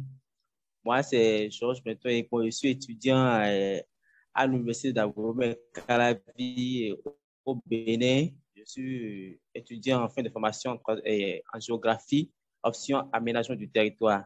Donc, c'est avec un grand plaisir que j'ai suivi les débats des panélistes et je suis très content de les avoir écoutés. Ma question va, parce que j'ai suivi le COP 15 qui s'est déroulé l'année dernière en décembre et j'ai suivi avec attention sur les réseaux sociaux. Ma question est de savoir quelles sont après ce COP, quelles sont les retombées sur les pays présents à cette COP, surtout les pays en voie de développement, surtout en Afrique. Quelles sont les retombées sur ces pays-là? Je veux comprendre un peu ce que l'Afrique gagne dans ce COP sur la biodiversité. Merci beaucoup pour la compréhension. Merci pour votre question. Donc, je me tourne vers les panélistes. Je vois que Laure a ouvert son micro, Marc-Antoine également. Donc, Laure, si vous voulez commencer. Parfait, merci. Mais je pense que la question, puis la question précédente aussi, qu'est-ce qu'en fait les pays en développement demandent et les pays du Sud demandent dans ces conférences-là? Mais principalement, c'était aussi d'obtenir du financement pour mettre en œuvre les objectifs. Puis pendant longtemps, il y avait vraiment cette tension entre les pays développés qui disaient on veut 30% d'air protégé et les pays développants qui disaient oui, tout à fait, mais il nous faut les moyens de mettre en œuvre ces politiques-là. Et donc, l'enjeu des discussions, ça a été aussi comment fournir ces transferts financiers. Et il existe en fait un fonds mondial pour l'environnement. Et ce qui a été décidé, c'est qu'il allait y avoir une partie des fonds de ce fonds mondial pour l'environnement qui allait être réservée pour la biodiversité et pour les pays en développement notamment. Et le Canada, comme Lynn Rochefort le disait, le Canada a fait une promesse à plus d'1 milliard de dollars qui doit être spécifiquement pour la protection de la biodiversité pour les pays en développement. Alors bien sûr, l'enjeu, c'est qu'il faudrait que plus de pays fassent la même chose et pour que vraiment on puisse mettre ça en œuvre. Mais effectivement, l'enjeu, ça reste toujours celui éternel de comment en fait partager équitablement en fait les responsabilités pour le financement pour la mise en œuvre des objectifs. Je ne sais pas si Marc-Antoine aura quelque chose à rajouter sur. Oui, tout à fait. En fait, je suis d'accord. Puis je pense qu'on a des questions qui sont orientées avec les points de tension qu'on a constatés pendant 2 semaines où les questions du financement puis des transferts financiers des pays développés vers les pays en voie de développement, ça a été le cœur des débats. Et simplement souligner qu'on a réussi à chiffrer ces montants-là dans les cibles. Donc, dans la cible 18, on parle d'au moins réduire les subventions d'au moins 500 milliards de dollars des États-Unis par an. Et la cible 19 fait allusion aux transferts financiers où on parle de mobiliser d'ici à 2030 au moins 200 milliards de dollars des États-Unis par an. Donc, effectivement, ça a été difficile de quantifier, de trouver le bon montant et à mettre dans les cibles. Et je vous parlais un peu comment ça s'est passé dans les négos. C'est le Brésil qui a été à la tête d'une coalition qui s'est créée pour justement demander plus d'argent à ce point-là. Donc, ils ont même quitté la salle à un certain moment et ont fait un coup d'éclat pour justement mettre leurs pieds à terre et demander les sommes qui étaient à la hauteur des ambitions. Donc, c'est vraiment des questions qui étaient au cœur des négociations. Merci beaucoup, Marc-Antoine et Laure. Donc, je pense que nous avons de nouvelles questions. Oui, effectivement. La prochaine personne, ce serait M. Traoré ou Adama, peut-être, madame, pardon. Monsieur. Oui, monsieur. Désolé. Bonjour, Oui, allez. vous m'entendez? Oui, Adama. Oui, on vous entend bien. Oui, bonjour. Tout d'abord, nous tenons à remercier les panélistes pour leur brève et brillante présentation. Et professeur Allais, je vous salue de passage. J'espère que vous allez bien. J'ai juste une question qui devait être à l'endroit des juristes, parce que je me présente d'abord, je suis juriste, je suis doctorant en droit à l'Université de Bourgogne ici en France. Maintenant, la question, c'est pour rebondir à la conclusion de Mme Laure Gosling par rapport aux discussions. Bon, nous savons que les engagements politiques restent les engagements politiques. Maintenant, par rapport à la Convention, sachant que les États ont droit de souveraineté sur le territoire. Maintenant, pensez-vous qu'il y a des mesures contraignantes qui peuvent pousser ces États à atteindre, parce que vous avez parlé de mesures de suivi, d'évaluation, mais est-ce qu'il y a des mesures contraignantes qui peuvent pousser ces États à les respecter juridiquement? Voilà, c'est juste la question. Parce que nous savons que les États, ils ont des compétences souveraines sur le territoire aussi.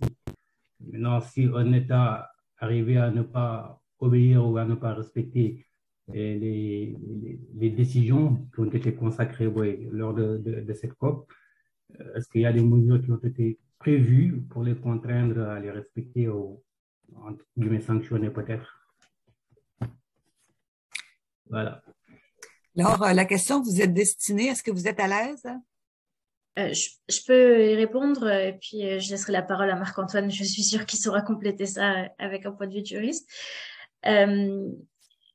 L'impression que j'ai, c'est que politiquement, pour toutes les conférences environnementales, le choix a été fait d'aller beaucoup plus vers une approche d'aider les pays en développement et d'aider les pays à mettre en œuvre des mesures environnementales. Donc, il y a très peu de mécanismes de mise en œuvre qui vont être punitifs. Et de manière générale, il y a très peu d'obligations qui sont réellement contraignantes au sens où on pourrait l'avoir dans un traité sur la sécurité. Donc, c'est assez classique dans le domaine environnemental que on est plutôt la contrainte va plus venir, en fait, c'est une contrainte de réputation, c'est-à-dire qu'on va avoir des rapports réguliers sur ce que les États vont mettre en œuvre. Donc, c'est plutôt qu'aucun État n'a envie d'être qualifié de mauvais élève de la classe en matière de biodiversité. Donc, l'incitatif, c'est pas du tout punitif, ce genre de conférence. C'est vraiment, ça se base sur la bonne volonté politique des États, avec toutes les limites que ça implique, évidemment. Merci. Est-ce que vous voulez rajouter quelque chose, Marc-Antoine? Ben, tout simplement dire que je suis tout à fait d'accord avec ce que Laure vient de dire. Et petit élément de réflexion, on a évidemment une convention. Si on parle de l'accord de Paris, c'est un traité international, donc juridiquement contraignant, entre guillemets. Ici, c'est une décision à la COP, donc ce n'est pas juridiquement contraignant. On a eu une mention, je pense que c'était le Japon, qui voulait justement explicitement dire dans une cible... Moi, mon son est parti, c'est quoi ça? D'accord. Donc, continuez. Donc, tout simplement dire que c'est pas un accord, mais c'est une décision à la COP. Certains partis ont voulu mentionner explicitement que toutes les cibles n'étaient pas obligatoires et c'était pas justement juridiquement contraignant. Beaucoup de pays se sont opposés parce qu'ils disaient ça va être un peu une mauvaise publicité que d'afficher textuellement, dire les cibles ne sont pas contraignantes, mais c'est bel et bien le cas. Après, la seule obligation de résultat dans le cadre de la Convention, c'est de remettre un rapport national et adopter une stratégie nationale. C'est ce qui est obligatoire. Après, on peut parler longuement en droit international public, du manque de sanctions sur certaines conventions, mais ça, c'est un autre débat, mais c'est pour dire qu'effectivement, on est plus dans la coopération, dans la collaboration, et on essaie de faire mousser ça pour que on puisse avoir assez d'États parties qui ambitionnent à la hauteur des cibles et des objectifs qu'on s'est fixés. Vous avez fourni de bonnes réponses, Claire. Merci. On peut peut-être prendre encore une ou deux questions. Oui, en fait, il reste 2 mains levées, donc peut-être qu'on pourrait prendre les 2 dernières. La prochaine personne, Raphaël Barry, il faut y aller. Oui, bonjour. Moi, ce serait peut-être une question à 2 niveaux. C'est plus comment je faisais une discussion de couloir, là, mais d'un point de vue macro et peut-être d'un point de vue plus local au Québec, c'est quoi que, à votre avis, ça serait justement les actions qui seraient les plus porteuses pour l'avenir pour faire avancer tout ce qui est la cause de la biodiversité? Je pense que nos 3 panélistes peuvent vouloir ou souhaiter intervenir. C'est à votre convenance. Je vous lance la perche. Je peux me lancer un petit peu. Juste si je vous... bon, je pense que cette photo-là, je vois la photo ici. Oui, je vais oui. Écoutez, quand Mme Plante a fait ce qu'on a référé tantôt là, pour les municipalités, quand elle a fait cette présentation-là, elle était accompagnée de toutes les maires de la communauté métropolitaine de Montréal. Puis, chacun a présenté concrètement qu'est-ce qu'il allait faire. On a parlé d'agrandir le parc du Mont-Royal, mais de convertir les terrains de golf. Et je pense qu'au niveau des municipalités, ça peut vraiment faire une grosse différence parce qu'ils sont sur le terrain. Et puis, comme elle disait elle-même quand elle a fait cette présentation-là, je ne sais pas si j'avais partagé finalement, là. Mais bon, quand elle a fait cette présentation-là, c'était vraiment... c'est pas un client bingo, c'est pas une de le dire, c'est beaucoup d'acteurs, beaucoup de coordination au niveau des municipalités pour arriver à faire tous ces changements-là. Fait que je pense que c'est comme ça qu'il faut jouer. Puis quand je suis allée visiter pour le biodôme aussi, j'ai vu toutes les actions qui se font là en dessous, ce qu'on voit pas, ce que le public ne voit pas. Mais la propagation de la tortue des bois, la multiplication pour les réintroduire, la rainette faux-grillon, tous les travaux qui se font avec plusieurs chercheurs pour pouvoir garder là, nos espèces en péril aussi. Fait qu'il y a beaucoup d'actions locales, je pense, qui doivent se prendre une fois qu'on a les lignes directrices là, au niveau national et provincial. Donc, c'est déjà dans l'action. Est-ce que Marc-Antoine ou Laure, vous voulez ajouter quelque chose à ce stade-ci? Ben, je veux bien, c'est tellement de belles questions qu'on pourrait partir un peu dans tous les sens, mais je pense que pour l'essentiel, c'est on a parlé de mainstreaming, d'intégration, de mise en cohérence, et c'est là, quant à moi, que ça joue, du moins au niveau national. Et je réitère que l'aménagement du territoire, c'est un potentiel transformateur immense parce que les actions se font beaucoup au niveau municipal, au niveau régional, mais des fois, on n'a pas toujours les coûts des franges ou les financements suffisants pour acquérir les terrains à conserver, pour les restaurer. Donc, des fois, avoir un petit coup de main législatif au niveau de certaines modifications réglementaires pour avoir vraiment plus de possibilités, moins de risques de se faire poursuivre si on vient changer un schéma ou un zonage.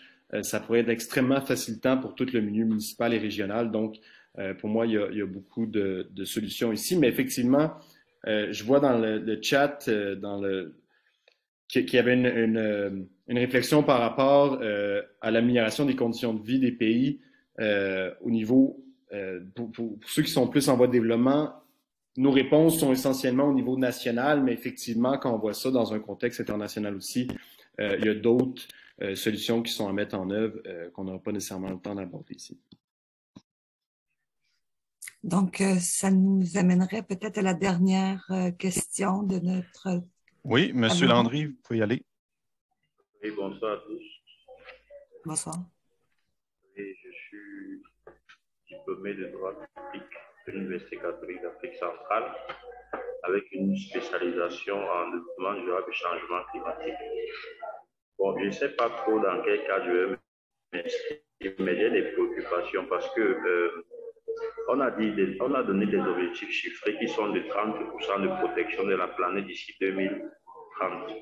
On a dit on va tripler l'apport aux pays en voie de développement d'ici la même période. Mais si je me réfère par exemple à la Convention cadre qui a parlé de la responsabilité différenciée mais commune, et je prends le cas des Africains, des pays africains surtout, on se rend compte qu'il y a eu beaucoup d'apports financiers, mais qui jusqu'à aujourd'hui n'ont rien produit. Quand on voit les cadres juridiques qui sont adoptés, c'est une sorte de copier-coller, c'est-à-dire on a pris des engagements, il faut juste honorer ces engagements, on les transpose, mais dans la mise en œuvre, ce n'est pas le cas. Ce n'est vraiment pas le cas. Et du coup, je me posais la question, il y a des mécanismes qui ont été mis sur pied. C'est-à-dire, par exemple, on a dit qu'il faut fournir un rapport. Et c'est encore un autre problème parce que les rapports qui sont fournis, rien ne garantit que ces rapports sont véridiques ou peuvent être vérifiés. Alors, je me posais une question. On a des engagements peut-être, si on va dans le cadre de la Convention sur la diversité biologique, ces états ont des obligations. Comment est-ce qu'on peut les contraindre? Si je peux dire ici, parce que je ne sais pas comment formuler, parce que du point de vue de la souveraineté, ce serait un peu assez difficile, mais je ne sais pas si on peut trouver des mécanismes qui peuvent permettre de s'assurer effectivement que l'argent qu'on a donné est utilisé à bon escient et de trouver des voies, des moyens de les contraindre et à respecter les obligations. Je vous remercie pour vos observations et la question des suivis de la conformité. C'est un peu comme ça que je le formulerais. Je ne sais pas si dans le cadre du cadre mondial, on a élaboré des mécanismes de suivi de la conformité. Je ne sais pas si parmi nos panélistes, une réflexion a été faite à ce sujet. Je vois que Marc-Antoine Racicot a ouvert son micro. Je ne suis pas assez connaissant à ce niveau-là pour être spécifique dans ma réponse, mais je pense que vous touchez un point très important. Ça me fait simplement penser que, effectivement, les pays en voie de développement étaient au courant et on parlait pas juste de financement, mais on parlait aussi de façon de procéder au transfert financier puis au mécanisme. C'est pour ça qu'on a demandé un nouveau fonds. Donc, on avait déjà un fonds qui s'assurait de transférer les montants. Certains pays étaient insatisfaits de la façon que c'était fait. Donc, on a créé un nouveau fonds.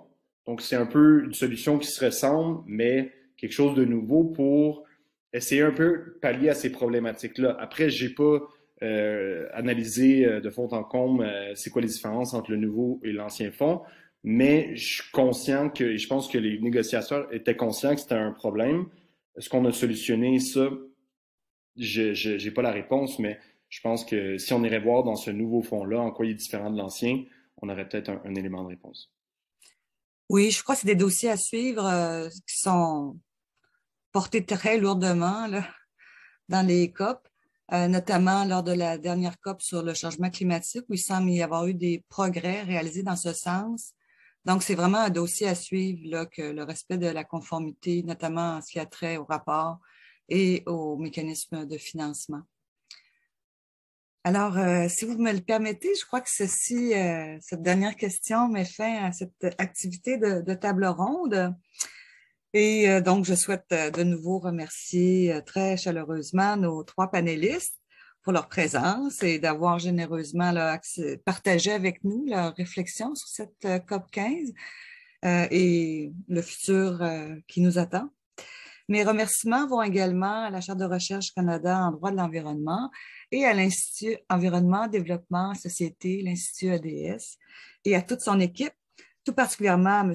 Jason Fournier, qui nous a bien assistés au niveau de la technique et pour la préparation de l'événement. Enfin, je tiens à vous remercier, vous tous, les membres de l'Institut, les membres du public, nos invités internationaux, qui êtes venus assister à notre table ronde. Donc, je vous remercie pour votre participation, pour vos questions et pour votre intérêt pour les discussions autour de ces questions tellement importantes et qui nous intéressent tous. Merci encore et à la prochaine. Merci à tous. Merci. Merci.